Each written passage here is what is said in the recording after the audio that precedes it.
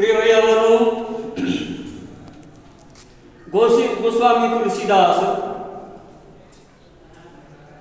का जो शीर्षक रहा, उनके द्वारा जो रचित जो रचनाएं हम पढ़ रहे थे, उसमें जो अंतिम शीर्षक था वन पथ पर, उसका अंतिम छंद या अंतिम सवैया, अंतिम अवतरण, सुनि सुंदर बैन सुधारस साने, सयानी है जानकी जानी भली, तिरछे करी नैन दे सैन तिन्है, समझाई कछु मुस्काई चली, तुलसी ते ही अवसर सोहै सबे, अवलोकति लोचन लाहवली, अनुराग तड़ाग में भान उदय, बिगसी मनोमंजुल कन्य कली।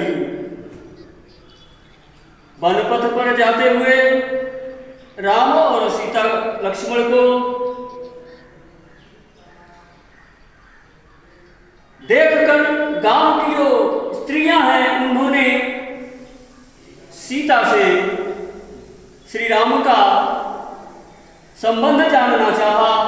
पिछले अंक में आपने पढ़ा, उन्होंने पूछा कि हे सखी, वे सांवरे रावरे को हैं, अर्थात वे सांवले रंग के कौन हैं, ऐसा उन्होंने उनसे पूछा। परिचय भी दिया था कि जिनके सिर पर जटा है, भुजाएं विशाल है, नेत्र लाल है, तिरछी भौहें हैं, तुड़ीर और धनुष बाण लिए हुए हैं, जो आपके साथ चल रहे हैं, ऐसे सांवले रंग के आपके कौन हैं।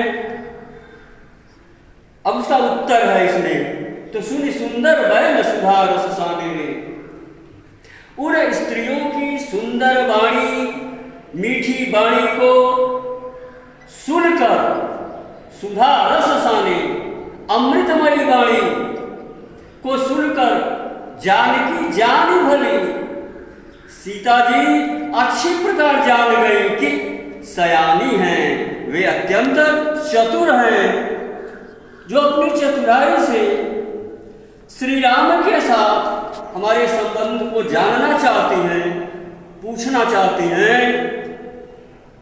सीता जी ने मर्यादा का पालन करते हुए संकेत से जवाब दिया, तिरछे करी नयन दे सैन तिन्है। सीता जी ने श्री राम की ओर अपने नेत्रों को तिरछा करते हुए उन स्त्रियों को समझाते हुए और मुस्कुराकर आगे की ओर चली।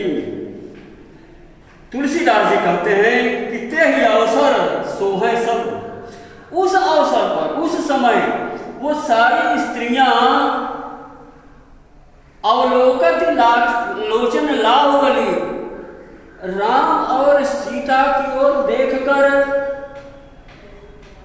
उनके दर्शन को अपना सौभाग्य मानती हुई इस प्रकार सुशोभित हुई, मानो अनुराग तड़ाग में, मानो प्रेम के सरोवर में सूर्य उदित हुआ हो और उसके बाद उसके प्रभाव से बिगसी मनोमंजुल कंजकली, सुंदर कमल और कलियां खिल उठी हो। फिर देखेंगे उन ग्राम वधूटियों के सुंदर सुधार को, अमृतमयी वाणी को सुनकर सीता अच्छी प्रकार समझ गई कि ये स्त्रियां बड़ी ही चतुर हैं और वह श्री राम से हमारा संबंध जानना चाहती हैं। सीता जी ने बड़ी चतुराई से मर्यादा का पालन करते हुए उन्हें राम के साथ अपना संबंध समझाने का प्रयास किया। तिरछे करी नयन दे सैन तुम्हें, अपने नेत्रों को उनकी ओर तिरछा करके और कुछ समझाती हुई मुस्कुराकर आगे चली गई। तुलसीदास जी कहते हैं कि उस अवसर पर उनकी ओर देखती हुई, उनके दर्शन को अपना सौभाग्य मानती हुई वह स्त्रियां इस प्रकार सुशोभित हो रही थी, मानो प्रेम के तालाब में, प्रेम के सरोवर में सूर्य के उदित होने पर कमल और कलियां खिल गई हों। इस प्रकार कवि ने उत्प्रेक्षा भी किया यहाँ, और रूपक अलंकार का भी प्रयोग किया। प्रिय भाई बहनों, इस अवतरण में श्रृंगार रस की अभिव्यक्ति हुई है, सवैया छंद है, अनुप्रास के साथ रूपक एवं उत्प्रेक्षा अलंकार की भी अभिव्यक्ति हुई है। ब्रज भाषा का प्रयोग किया है तुलसीदास ने, और माधुर्य गुण है जो तुलसीदास रामचरितमानस में अवधी भाषा का प्रयोग कर प्रसिद्ध हुए।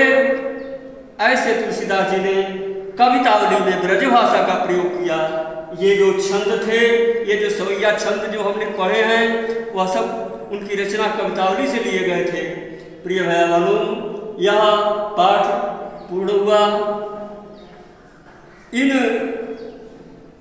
अवतरणों, इन छंदों को संदर्भ प्रसंग के साथ व्याख्या पढ़ के और उसको अपने उत्तर पुस्तिका में अंकित करने का, अभ्यास करने का प्रयास करेंगे। धन्यवाद।